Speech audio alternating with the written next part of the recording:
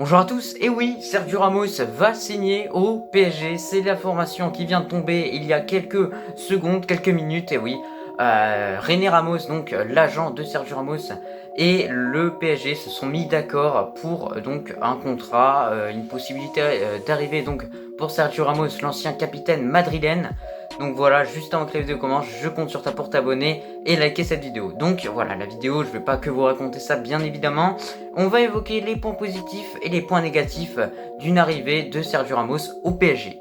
Alors tout d'abord pour les points positifs, on trouve que cette équipe du PSG, en tout cas je trouve qu'elle manque un petit peu de caractère dans le vestiaire, en tout cas il manque de leader, un manque de leader qui est grandissant quand même.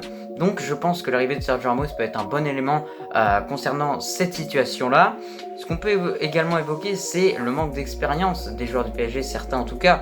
Peut-être par exemple dans les finales, dans les phases finales ou dans les huitièmes de finale, on les a vus paniquer par exemple contre l'Atalanta lorsqu'ils étaient menés, mais ils ont réussi à remonter. On les a vus en finale contre le Bayern tout simplement, où ils ont clairement perdu leurs moyens en quelque sorte dans ce match-là.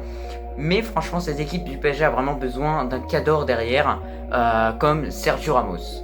Ensuite, pour un autre point positif, on l'a dit, donc c'était l'expérience, mais c'est aussi que Ramos est clairement l'un des meilleurs défenseurs de tous les temps. Donc ça, on peut pas se le cacher, mais c'est un élément incroyable pour le PSG d'avoir un joueur comme ça, un joueur toujours aussi fort à son âge, un joueur qui est quasiment à son prime chaque année. Donc franchement, on peut que applaudir et voir en fait ce que ça peut donner en Ligue 1.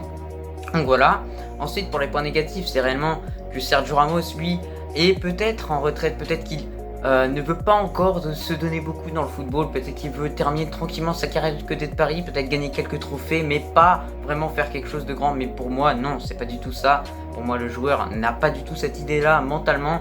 Il veut continuer de conquérir le monde et surtout le football, puisque Ramos est clairement un dieu du football. Alors pour moi aussi, comme point négatif, c'est bien sûr l'âge. L'âge, et donc l'âge, qu'est-ce que ça amène l'âge? Ça amène la vieillesse, et la vieillesse, ça amène la perte de vitesse, la perte d'appui, etc. Mais non, pas d'inquiétude, vous inquiétez pas, Sergio Ramos, c'est un bourreau de travail, clairement. Il travaille beaucoup, on l'a vu surtout sur les derniers jours, sur Instagram, beaucoup de vidéos, beaucoup de sprints, beaucoup de travail d'appui, beaucoup de travail au niveau des jambes. Donc en tout cas, niveau vitesse, je pense qu'il va être prêt. Voilà, on l'a vu également que cette année, cette saison en Liga, il a déjà dépassé les 30 km/h plusieurs fois, donc clairement c'est un joueur qui va assez vite. Contre l'Inter, il a également atteint une pointe de vitesse à 30,8 km/h, donc ça ne devrait pas poser de problème à ce niveau-là. Mais certains Parisiens peuvent penser que l'âge a un poids sur ce joueur, mais pas trop. Moi je pense que c'est un joueur qui a encore des choses à montrer dans le football et qu'il va montrer avec le PSG. Donc c'est une excellente recrue après Wijnaldum. Franchement, le PSG a mis la main sur un joueur en or. Donc voilà, la vidéo touche déjà à sa fin, j'espère qu'elle t'a plu et que tu t'es abonné, voilà tout simplement, et moi je te dis à la prochaine.